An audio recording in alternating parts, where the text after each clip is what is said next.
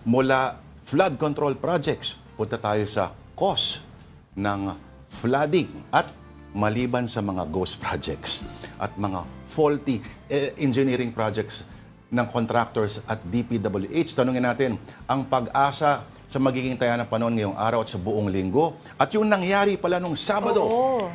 Makakausap natin ang pag-asa weather forecaster Charmaine Varilla. Hello Charmaine, magandang hapon. Si Lourdes at si Denise. Magandang hapon, Charmaine. Magandang hapon po, Sir Lord at Ma'am Denise at sa lahat po ng ating mga tigapakinig at narito nga pong ulat sa lagay ng panahon ngayong hapon ng Lunes. Kanina nga pong 3:00 ng umaga, ulhing namataan ng low pressure area dito sa layong 570 kilometers east-northeast ng Virac, Catanduanes o nasa layong 695 kilometers east ng Daet, Camarines Norte. Ang nasabing low pressure area nga ay nananatili na mababa ang tsansa na maging isang ganap na bagyo at patuloy itong kilos pahilagang kanluran sa mga susunod pa na araw, ngunit hindi naman natin nakikita na dadaan ito sa alinmang parte ng kalupaan ng ating bansa. Samantalang nagdudulot pa rin nga ito ng mga kalat-kalat na pagulan dito sa may Bicol Region, Aurora, Bulacan, Quezon at Rizal. At base nga sa ating analysis ay maaaring nga umabot ng 50 hanggang 100 millimeters ang mga pagulan dito sa may Quezon at Camarines Norte, dala ng ating low pressure area. Samantalang southwest monsoon naman o hanging habagat ang patuloy pa rin nakakaapekto dito sa may Central Luzon, Southern Luzon, Visayas at northern sections pa ng Mindanao. At makakaranas din ng 50 to 100 millimeters na mga pagulan, lalong-lalo na nga dito sa Occidental Mindoro at Palawan ngayong araw. At yan po ang ating latest dito sa ngayon sa Pag-asa. Yes, sir. Opo, marami pong nagtatanong yung sa nangyari pong matinding pagbuhos po nung Sabado, to be more specific. Bakit parang very rare yata na mostly sa Quezon City lang nakakonsentrate halos, ano? At kahit sa Marikina nga raw ay hindi naramdaman. Pero specifically Quezon City yung buhos at antindi ng buhos doon sa, sa limited na vicinity lamang. Yes po, sir.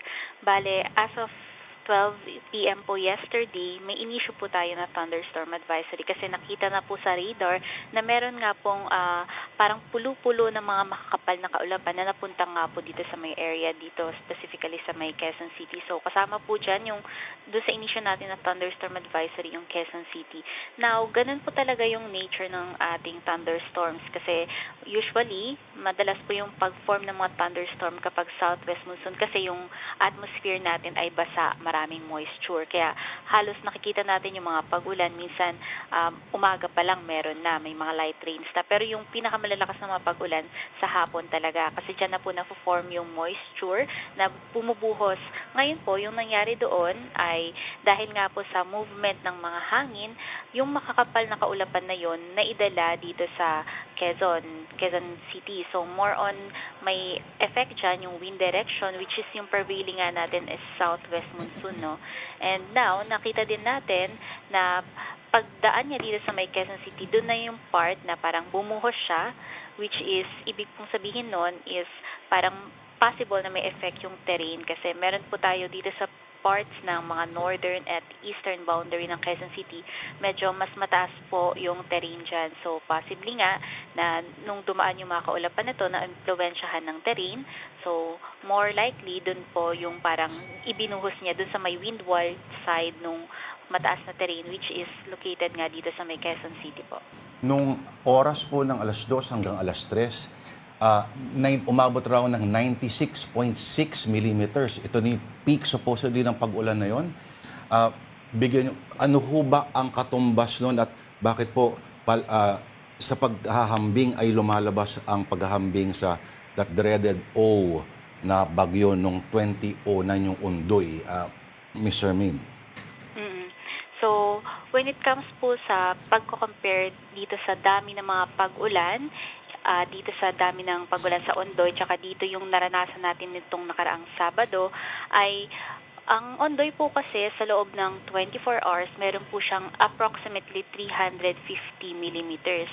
At tsaka, continuous po siya kasi nung mga previous days, meron na rin mga matataas na mga pag-ulan na umaabot din ng ranging 200 to 300. So, ang Ondoy po kasi is sustained as compared sa naranasan natin ng mga pag-ulan nitong Sabado. yung 100 millimeter per hour ay binuhos lamang po sa loob ng 1 oras. Tapos pagkatapos po nun, hindi na natin nakita na nagtuloy-tuloy. So, magkaiba po yung nature nila, pero pwede po natin silang i-compare in terms ng gaano ba kadami, which is sa nakita natin, yung dami ng mga pag-ulan na to sa in comparison do sa dami ng mga pag-ulan ng Ondoy, kung isusumahin natin in terms ng by daily, so approximately nasa 20 to 30% lang po ng isang ulan sa isang araw ng Ondoy po. Yung inyo pong heavy rainfall outlook, ang nakasulat lang po para sa ngayon ay Quezon and Camarines Norte, mga 50 to 100 mm, at Occidental Mindoro at Palawan. Opo, no? Pero yung bukas ay Occidental Mindoro lang ang nakasulat. Sa Wednesday ho ba, ang ating heavy rainfall outlook ho ba ay ilang oras bago mangyari yung pagbuhos? Inaanunsyo po. Okay. So, parang siguro po kailangan muna natin isa-isahin yung product kasi sa dami po ng mga nagiging product ng Pag-asa, nagkakaroon po sige talaga po. ng tayo ng confusion. Kunyari So, po, Metro Manila. So, for example po, yung weather advisory, yun po yung may mga estimated na mga pag-ulan. Yan po Apo. yung nakikita natin na may 50 to 100. Ang difference po, hindi natin nakikita kung ilan yung intensity or yung sasabi natin na dami ng mga pag-ulan kada oras. Parang ano lang po siya total, weather advisory. Pero magkakaroon tayo ng outlook kung ilan yung posibleng magiging dami ng mga pag-ulan sa next 3 days. Nag-i-issue lang po tayo ng weather advisory kung for the next 3 days nakikitaan natin ng mga significant na mapag-ulan within 24 hours dito nga sa mga areas natin sa Philippines. Ngayon, pag sinabi naman po natin na thunderstorm advisory, halos every hour or halos every 2 to 3 hours po natin ini-issue yan. Basta makikita po ng dito sa may radar natin na meron ngang tendency na yung mga kakapal na ulap ay magbuhos ng mga malalakas ng pag-ulan. At saka sa thunderstorm advisory, ang basis po niya is radar, so real-time images. Sa weather advisory, ang basis niya ay models. So, estimate ng mga models. Kaya po, andun yung mas uncertain itong sa weather advisory. Pero at least, nagkakaroon tayo ng idea kung ilan ba yung maging mapag-ulan sa mga susunod na araw. Kaya kung ang kailangan nyo po na data is more on yung parang intensity ng ulan, mag-base po tayo sa thunderstorm advisory, which is meron pong lead time yan na before yung actual event, meron po siyang real lead time na 2 to 3 hours. Tapos ito naman pong weather advisory, estimate 24-hour na mga pag-ulan for the next 3 days. Opo. Halimbawa, yung Sabado po, na-anunsyo nyo po na yung buhos ng 11:57 a.m. Tama ho ba? Yes po. So, yun ho talaga yung pinakamaagang kaya na makapag-advise po, Ms. Charmaine? Yes po, sir. Kung yung advisory po talaga when it comes, parang ang tawag po kasi natin dito sa ganitong type ng forecasting is nowcasting kasi Nowcasting. mas accurate. Tapos yung parang lead time niya is na-mention ko nga is mas konti.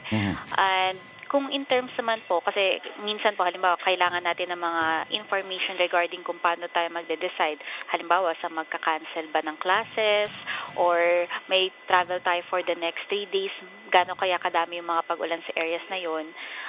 Yun po yung sa weather advisory. Oo. Tsaka bangers na lang talaga kung ano yan.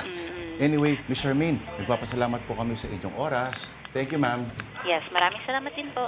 Yan po ang weather forecaster ng ahensya na kalinya ng BIR, ang Pag-asa, dyan sa Quezon City. Okay, si Ms. Charmaine Varilla. Thank you, Ms. Charmaine.